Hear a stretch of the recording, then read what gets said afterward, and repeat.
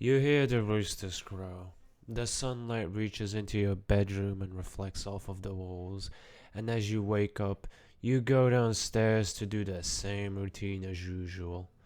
Go to work, school, university. You take a long look in the mirror. You're tired, exhausted self. You don't even know why you're exhausted, but nevertheless, you'll survive, I guess. You carry the same routine for years, doing the same boring old jobs that you don't like, going to the same classes you've always hated, but you feel like there's more to you, more than the life you have now.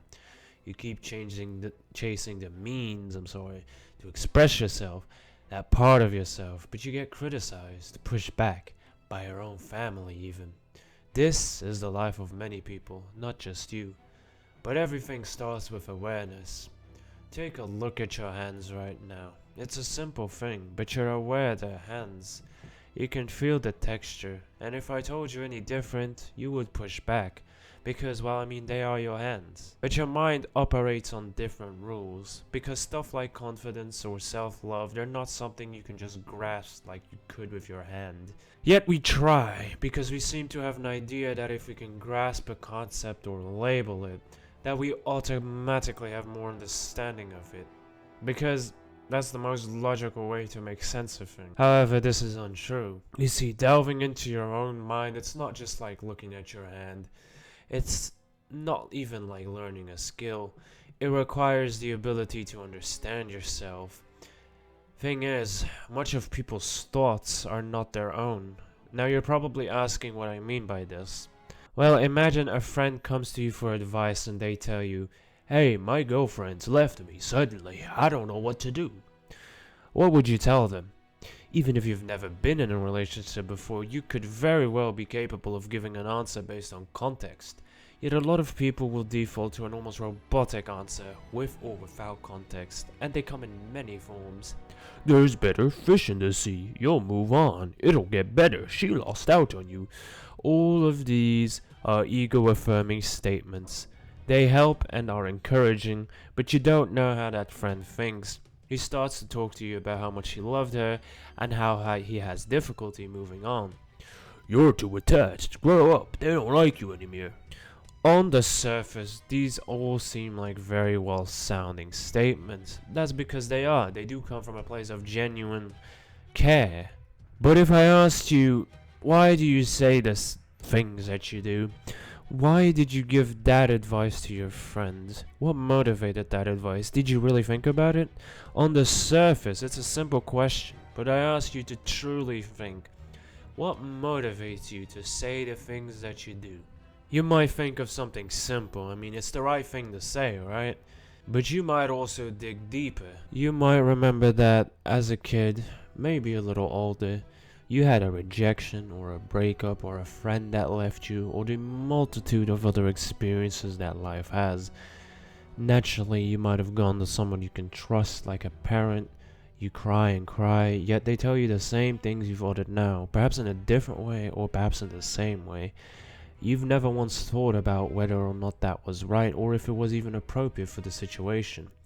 You just said it because it was objectively right, because someone or something taught you that. I've been in both traps, but the latter is more difficult. You might have had an experience that was negative and then allowed it to shape your entire worldview. For example, you might have had a girlfriend that cheated on you. It might happen twice. You might be surrounded by friends and family who utter girls are this, men are that, so you adopt the same view. Oh, women are hard. Oh, men are hard. Both are equally bad, but the latter happens more often as you age. Your parents teach you something and then things in life happen that your brain validates. So you don't ever stop to question things you've been taught or think you know. You'd never think to take your own worldviews apart and analyze them. This isn't just about worldviews, it's also about who you are as a person. There are many things that make up a person, explainable things, but also unexplainable things.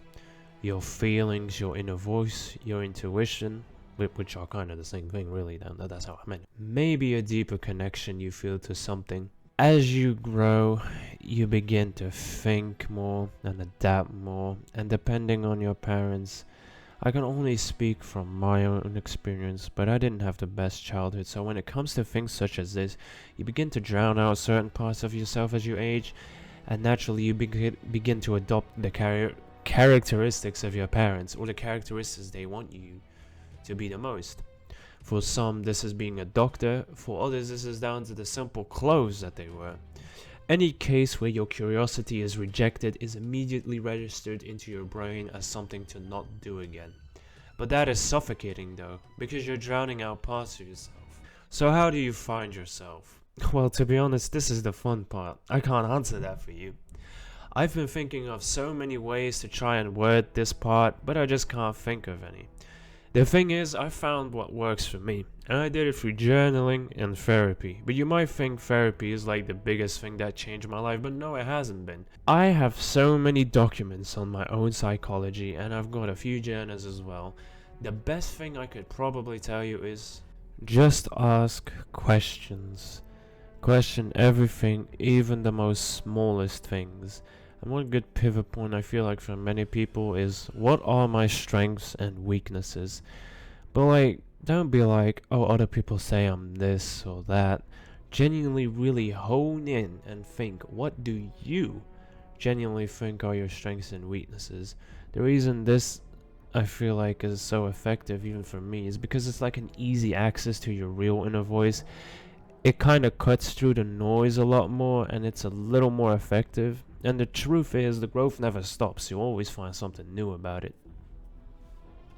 And something I want to mention, which wasn't in the script, but that is important to mention. If you land on a strength or a weakness, and you feel some kind of tension inside of you, anxious, anxiety, whatever, some kind of like repulsion, is the best way I can describe it. That is a ticket into yourself, like into how you really think and operate. That's legit a ticket into yourself.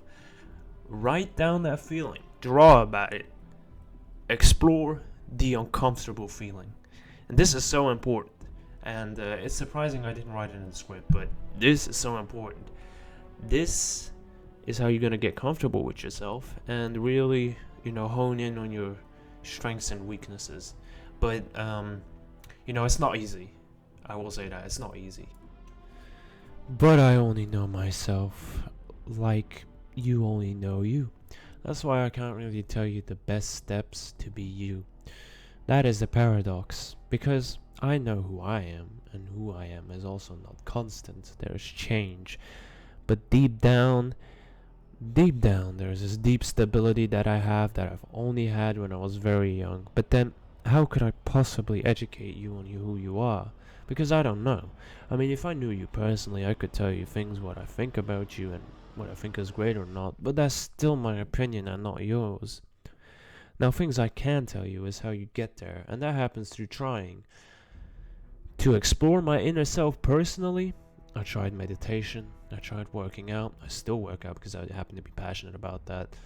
I tried art, but I settled mainly on journaling. And another handy thing is, if you can give what you feel or what you think a form, it becomes easier to sort of understand and analyze it. But this is especially handy when it comes to feelings, whether that be through art, writing, you name it. But again, this is how my mind works. Like, genuinely, I feel like the best thing I can guide you towards is just the message of this video, which is the art of knowing yourself. And of course, I'll have to share how it feels like for me. Now, my life has been riddled with tragedy, and I've both been a terrible person and a great person, both to myself and others. But my life would always be dictated by someone else. As a kid, I really looked up to my father because he was a car mechanic, and I was really into cars, but he wasn't a great father. So anytime something went wrong, my mother would either get the crap, or I would. And eventually they divorced, and I still had to go to him, and it got pretty bad. And as a result, I got pretty bad because I only reacted, and in a way, I became a lot like my father. But when I was 17 in high school, everything changed one day because I couldn't take it anymore. I needed help. I told myself I would either get help or things are over, and I told my mother that too. So a few years passed through therapy, I learned to feel safer again, and I got a lot more comfortable exploring certain topics, things I've seen and been through. I explored topics like, what does my anger truly mean for me? What does sadness mean for me?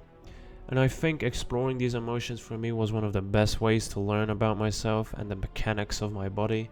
Like, even just learning where the pressure lies in my body, which is very useful, I would say. But again, I'm not any of you. For me, my anxiety locates itself in my chest, so if I feel really anxious, my chest just feels really, really bad. But like, the most important thing I've done, I feel like, I ask and question myself on everything I've ever known, and even just doing research about certain things and cultivating what I would really consider critical thought. But it's like a mix of thought and feeling, because it's about yourself. It's not about researching some pure facts. This is another thing too. I don't like a lot of science stuff because a lot of it is factual and explains a lot, but sometimes we lack the knowledge or don't understand things. And today's society seems so fixated on thinking it knows everything while it doesn't. And that's okay. It's okay to not know everything. The beautiful thing today is we have the internet, and it can be used to broaden your thoughts. You can look into scientific stuff, psychological stuff, anything, and see what strikes a chord with your brain or something deep inside of you.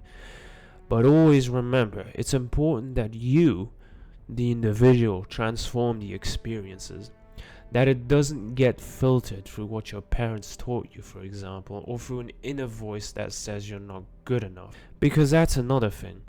If a voice is telling you you're not good enough or puts you down in any way, this is the only thing I'm 100% certain. That voice that's telling you that's not good enough, it doesn't belong to you. It's something someone has said or taught to you in some way. In any case, going back to the topic, through all the work I've done questioning myself and learning my own strengths, such as my ability to be perceptive, I feel like deep down you always sort of know your own strengths and weaknesses, but life just kind of piles itself on top of you. But through all the work I've done, there's something deep inside of me that is greatly thanking me at the moment, and I just can't describe what that is, but it feels good. Anytime something bad happens or a challenge comes my way, I feel strong. I feel like I can handle it. Not in a self-destructive I can handle it, but a confident I can handle it, it's gonna be okay. Which is crazy for me to say. I feel stable inside. Now obviously, yes, I'm still growing, I'm not perfect, but that stability, that is the beauty of knowing yourself. The path to self-knowledge, self-discovery, it's not easy, because you will lose people, you will lose things in your life, things that aren't compatible with who you are. But would you rather stay in such a place for all your life and never take the chance to be happy, to be truly who you are? Or would you take a leap in faith and try to be you, try to find out what it means to be you? Maybe to you it seems like I know everything, but I promise you I'm trying to figure out things too. And I don't think I'm further or behind everyone. Like, everyone's on their own journey, and it sounds crazy and stupid, but that is genuinely true. That's something you come to learn with working so hard on yourself and doing stuff like this. Progress isn't linear, but it always pays off, and it's always better to do it than to not do it, especially if you feel called to it. You only really have one life, well, that we know of anyways, that we can physically comprehend, so why not give it a chance? Make it beautiful, and it doesn't matter how old or young you are, try. It's always worth a try. You'll go through life or pass away knowing that you tried, and that's true glory. That's something to truly be proud of, make your own legacy. Anyway, that was it with this video. I kind of was all over the place, and I had a title for the video, which is, I don't even remember the title. But as you can tell, I kind of went all over the place, and it's hard to compress this in a short video. I think it'd be cool to do a live stream where we just chill, maybe play some games and talk about this kind of stuff.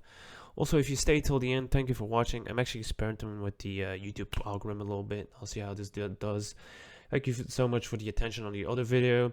And I will say also, this is very, I scripted this, but everything I scripted I wrote myself. I didn't use AI, I didn't do none of that shit. I'm not gonna do that. I'm too lazy. I'm not gonna lie, I'm too lazy to actually I could just copy and paste the script in the description. I think I'll do that. Yeah, I'll do that. I'll put the script in. You can see how imperfect it is, because it is kind of all over the place. But yeah, next video I'm gonna try it without a script, so it's like a more authentic style. But I'm just trying out things and see what kind of lands. Irregardless, the main thing I want to push over is my authenticity. That's the main thing. That's the thing I'll never want to sacrifice, right? But you know, I can go different ways about it, and that's what I'm kind of trying to like see what hits the most, going different ways about it. Anyway, thank you for watching.